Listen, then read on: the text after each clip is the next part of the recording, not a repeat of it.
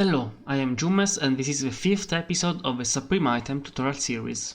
In the last episode we explained what are projectiles and how to use them.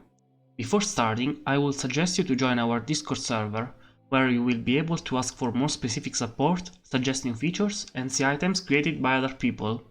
The link of the Discord server is in the description. I would also ask you to put a like to support me and my work with this plugin. In this way, you might help other people finding and using this plugin. In this episode, we will see conditions, condition action, and some basic placeholders. Let's say we want to execute some actions only if a certain condition is met. For example, we want an item that provides an heal only if we have less than 10 of health, or another item, for example, that pushes you forward only if you are currently sneaking. These kind of actions can be implemented easily thanks to condition action. Condition action is an action located under the meta folder, in the wrapper actions, that makes a list of actions to be executed only if a certain condition is met. A condition in SupremeItem is basically a function that returns true or false based on certain parameters. Let's create the item from our first example. We want an item that on right click heals us only if we have less than 5 Hz. Let's start, for example, by creating an item. Here it is, and add a right click skill. After this, we want to add a condition action to the onCasterActions parameter, which is located under the meta folder inside the wrapper actions folder, and here it is, condition action. Let's now inspect the parameters of condition action. We just have two parameters.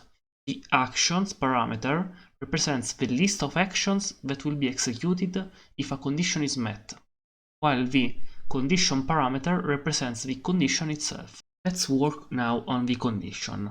By default, we can see that the condition is true, which will be successful every time. Now we want to recreate it, so we just right-click it. As we can see, we have a wide variety of conditions to choose. Since we want to compare numbers in this case, we go inside the numeric conditions folder. In our case, we can choose between less condition or more condition. It doesn't matter. We just need to be very careful about what we put as operand 1 and what as operand 2 to avoid malfunctionings in your item. For this tutorial, let's choose the less than condition. This condition returns true if the first operand is less than the second one. Now we are inside our less than condition. We can see that we have to set our two operands, 1 and 2. We could set another additional parameter, the negate, which function is just to invert the condition. This parameter is in common with every condition. Now we want to put the health of the caster in the first operand to allow the comparison with it. To achieve this, we need to introduce the concept of placeholders. Let's now explain a second what placeholders are. Placeholders are just values that can be used inside many different objects in SupremeItem that contains values that will be calculated at runtime. For example, the health of an entity is not a fixed value.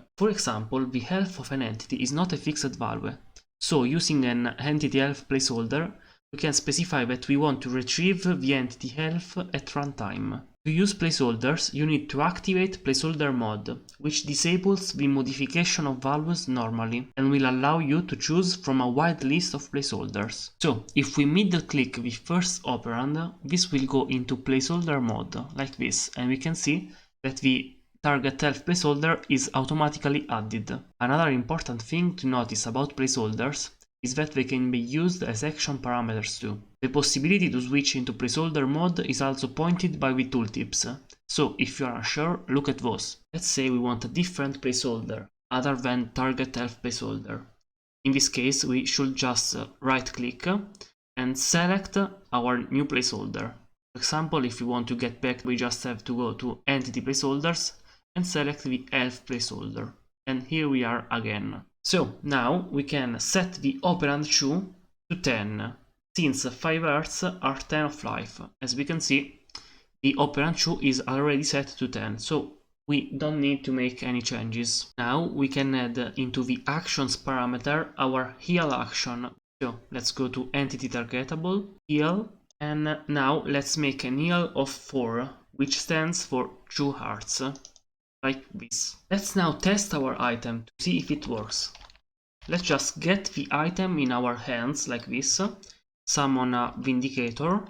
Now let's go into survival mode. Let's go under the 5 health like this, and I right click now, and we can see that I get healed properly. You can do a lot of things with all the conditions and placeholders present in the plugin. So I suggest you to explore them all and see what you can do, because the possibilities are really endless. So, to recap, in this video we saw what conditions are, what a condition action is, and the functionalities of some simple placeholders. In the next video we will talk about how we can loop actions to repeat them multiple times. For this episode is all, I hope you enjoyed this day and goodbye.